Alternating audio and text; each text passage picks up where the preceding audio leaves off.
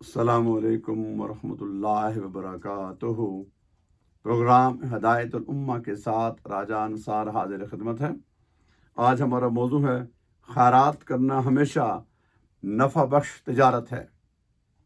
ارشاد ہوا سورہ فاطر آیت 29، اعوذ باللہ من الشیطان الرجیم، بسم اللہ الرحمن الرحیم۔ ان الذین یتلون کتاب اللہ واقاموا الصلاۃ وَأَنفَقُوا مِمَّا رَزَقْنَاهُمْ سِرًّا وَعَلَانِيَةً يَرْجُونَ تِجَارَةً لَن تَبُورَ۔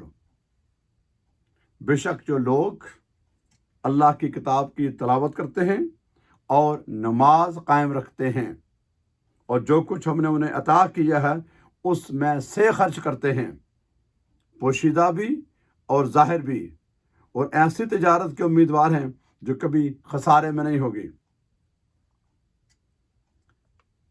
یہ اس صورت میں تین چیزیں ہیں۔ ایک، اس کے کلام کی تلاوت، اور جب ہم بات تلاوت کی کرتے ہیں تو قرآن پاک کو خالی اس کو پڑھنا نہیں ہے، قرآن پاک کو دیکھنا ثواب ہے، اس کی تلاوت ہے، پھر اس کو ترجمہ پڑھنا ہے آج ہماری زبان کے لیے، تفسیر میں جانا ہے، پھر سمجھنا ہے، اس پر عمل کرنا ہے۔ یہ منزل ہے، درجے ہے نا۔ سب سے پہلے ہے قرآن پاک کو پڑھنا، سمجھنا، عمل کرنا، اس میں کامیابی ہے۔ اس کے بعد یہ ہے کہ اس نے قرآن پاک کو پڑھنا ہے، سمجھنے کی کوشش کرنا ہے، پھر ترجمہ پڑھنا ہے، کیا اللہ ہم سے کیا کہہ رہا ہے۔ اس سے پھر بعد یہ ہے کہ وہ تلاوت کرے گا، اس کی وہ برکت بھی ہے۔ ہم نمازیں پڑھتے ہیں، وہ سارا ہر لحاظ میں ہے، لیکن جو منزل ہے پرائم لیول کہ قرآن پاک کو پڑھنا بھلے کم ہو، اس کو پڑھنا تجوید کے ساتھ، قرات کے ساتھ، اس کو سمجھنا، اور اگر خود بات سمجھ میں نہ آئے، آج کل تو کہ زمانہ ہے ٹیکنالوجی کا، تو کسی مسند عالم دین یا مفتی یا شیخ وہ ایک آیات، دو آیات، تاکہ وہ اس لیے آیا ہوا ہے، اس کا اجر ہے اور یہ منزل ہے، اور کہ قرآن پاک کیا کہہ رہا ہے اس کو پڑھتے ہیں، پھر واقعی الصلاۃ پہ نماز قائم کرتے ہیں۔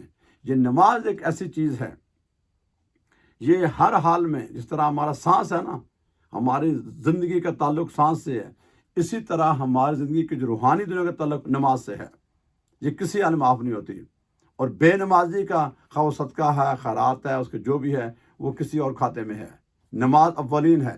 دنیا کا کوئی علامہ ہو، پروفیسر ہو، شیخ ہو، پیر ہو، اگر کسی کی نماز فیل ہے، اس کا کوئی دین ایمان نہیں ہوتا، اس کی کوئی چیز پر کم از کم اللہ اس کے رسول کے نگاہ میں تو اس کے نہیں ہے۔ نماز کیا ہے، اس پر انشاءاللہ کہ تفصیلی بات ہوگی۔ ایک مختصر چیز ہے، اللہ کے بارگاہ میں حاضری ہے، جس کو ہماری زبان میں کہتے ہیں میٹنگ ہے، ملاقات ہے۔ تو جو رب سے ملاقات کے لیے دور ہو جائے، بھول جائے، باقی چیزیں فضول ہیں۔ اور اس کے بعد جو کچھ ہم نے دیا ہے، یہ نہیں کہ اتنا دو، نہیں، جو دیا، ہو سکتا ہے کسی $1 دیا ہو، 1 پاؤنڈ ہے، 1 درم ہے، 1 دینار ہے، 1 روپیہ ہے، اس میں سے کرے۔ اور جس طرح بھی ہو، یہ وہ بزنس ہے، ہم یہاں اپنا انویسٹ کریں گے نا، اجر دنیا میں تو ملے گا، دنیا میں سکون ہوگا، عزت ہوگی، اللہ تعالیٰ کی رضا ہے گی، لیکن مرنے کے بعد جب ہمارا حساب تو منقطع ہو جائے گا۔ اس لیے شروع میں فرمایا سورہ بقرہ میں نا، الذین یؤمنون بالغیب ویقیمون الصلاۃ ومما رزقناہم ینفقون، وہ لوگ جو ایمان لائے اور پھر نماز قائم کی، پھر جو کچھ ہم نے دیا ہے اس میں سے خرچ کرتے ہیں۔ کتنا مہربان ہے وہ، کتنا رحیم اور کریم ہے، کتنا سخی ہے۔ یہ نہیں کہا کہ نہیں اتنا ہی دے دو، کہا نہیں میں نے دیا تھا، کسی کو کم کسی کو زیادہ، اس میں سے دیکھنا چاہتا ہے۔ اور دینا بھی کس کو ہے؟ اس کی مخلوق کو دینے، آپ نے اپنی فیملی کو ہیں، کسی رشتہ دار کو ہیں، پڑوسی کو ہیں، اس کی مخلوق کو دینا ہے۔ وہ تو بے نیاز ہے، اسے تو حاجت نہیں ہے، تو لہٰذا اس نے آپ کو کوئی چیز دی ہے، آپ استعمال کریں، یہ نہیں کہ آپ اپنا استعمال نہ کریں، جو فاقہ نکالے، نہیں، ہرگز ایسا نہیں ہے۔ وہ عادل ہے، وہ فضل بھی کرتا ہے، عدل بھی کرتا ہے۔ ہم سے اس نے معاملہ فضل والا کیا ہوا ہے۔ اگر عدل کی بات آئے تو ہم تو حقدار ہی نہیں ہیں۔ اگر دیکھا جائے نا عدل کی بات میں، تو جو انسان گناہ کرتا ہے اس کو اڑا کے رکھ لے، وہ ایسا نہیں کرتا۔ اور آج کے زمانے میں خاص کر کے ہم دیکھ رہے ہیں کہ ہمارے ذہنوں میں یہ بات آ جاتی ہے کہ فلاں بندہ تو نماز روزے کا پابند نہیں ہے، بڑا مال ہے اس کے پاس، نمبر 2 مال ہے، لیکن نہیں، یہ اندر کا نفس بولتا ہے، حقیقتاً ایسا نہیں ہوتا، یہ تھوڑی دیر کی بات ہے۔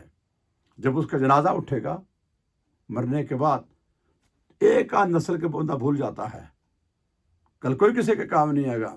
لہذا جو بھی اللہ اس کے رسول کے احکام میں ہے، اس کی جو بنیاد ہے جانی عبادت اور مالی، ان دونوں کو اس لیے فرمایا وَأَقِیمُوا الصَّلَاةَ وَآتُوا الزَّکَاةَ، نماز قائم رکھو، قائم کرو اور زکوٰۃ ادا کیا کرو۔ 700 سے زائد موقع پر دونوں کو کمپلسری فرمایا کہ دونوں لازمی ملزوم ہیں، لہذا نماز ہر حال میں ہر صورت میں قائم رکھنی ہے، اور اس کے راستے میں جو دیا اس نے اس میں سے خرچ کرنا ہے۔ اس لیے زکوٰۃ والی 2.5% ہے، صدقے کو لمٹ نہیں ہے، آپ کتنا دیتے ہیں، اور زکوٰۃ بھی تب آئے گی جب مال جمع ہوگا، باقی آپ کی ضروریات ہیں۔ تھوڑے سے اپنی ڈائریکشن کو چینج کرنے کی ضرورت ہے کہ اپنے آپ کو اللہ کے حوالے کر دینا ہے کہ مجھے پیدا بھی اس نے کیا تھا، رزق بھی اس نے دیا ہے، مالک بھی وہ ہے، خالق بھی وہ ہے، معبود بھی وہ ہے، اور میں نے لوٹ کر ادھر جانا ہے، میری اپنی کوئی چیز نہیں، یہ سب کچھ اس کا دیا ہوا ہے، میرے خالی گناہ ہیں۔